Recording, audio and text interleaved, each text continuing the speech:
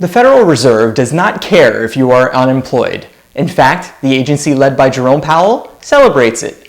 Under the economic theory held by Powell and others, the reason that the costs of goods are rising isn't due to corporations increasing their prices to boost profits, a fact recently pointed out by both the Wall Street Journal and the New York Times, but because workers have gained too much power. Essentially, people having the opportunity to choose their job and earn good wages is the cause of the economy's woes, they believe. Here, in Powell's own words from November, quote, "In the labor market, demand for workers far exceeds the supply of available workers, and nominal wages have been growing at a pace well above what would be consistent with 2% inflation over time. Thus, another condition we are looking for is the restoration of balance between supply and demand in the labor market." So what he's saying is people are essentially a commodity like any other thing. One that comes with misery and hopelessness. The blunt instrument the Fed employs to restrict labor's power is increases in its interest rate, which has risen steadily from nearly 0 to over 5% over the past year. This has made it more expensive for businesses and individuals to borrow money. It's why we have seen significant layoffs, especially in the tech sector, which has been reliant on cheap borrowed money to grow over the past 2 decades. We'll have to see what the Fed does at its next meeting this month, especially after the most recent job report showed that more jobs are becoming available even as unemployment saw a jump. Wage gains have also slowed, so yay!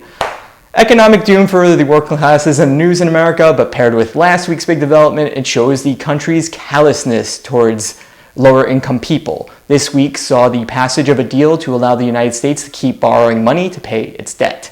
So what did President Joe Biden and Speaker Kevin McCarthy agree on to accomplish this? It certainly wasn't raising taxes on the wealthy or cutting our ridiculous defense budget, things that would actually help us balance the budget.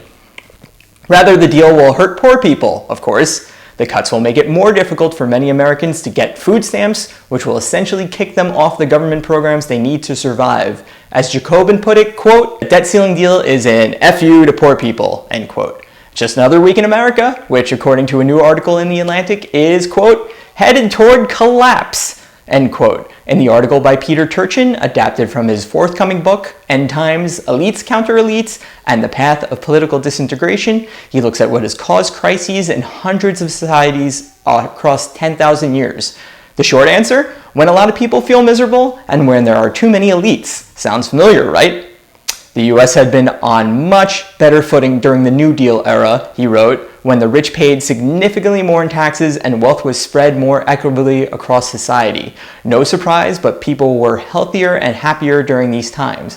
To illustrate this, Turchin points out that the average height stopped increasing in the 1970s when wages started stagnating and even shrinking, showing the general health of the country. So what's the solution according to Turchin? Here's a quote. "The long history of human society compiled in our database suggests that America's current economy is so lucrative for the ruling elites that achieving fundamental reform might require a violent revolution. But we have reason for hope. It is not unprecedented for the ruling class with adequate pressure from below to allow for the non-violent reversal of elite overproduction. But such an outcome requires elites to sacrifice their near-term self-interest for our long-term collective interests. At the moment, they don't seem prepared to do that," end quote. I can't say I'm too optimistic on that front, given that both the business and political classes don't seem to care about the woes of average Americans, who are being crushed under the increasing costs of food, healthcare, and housing as wages remain around a median of about $54,000, which today just isn't enough money. But just remember, you potentially having a job you like and earning enough money to survive is the problem, right?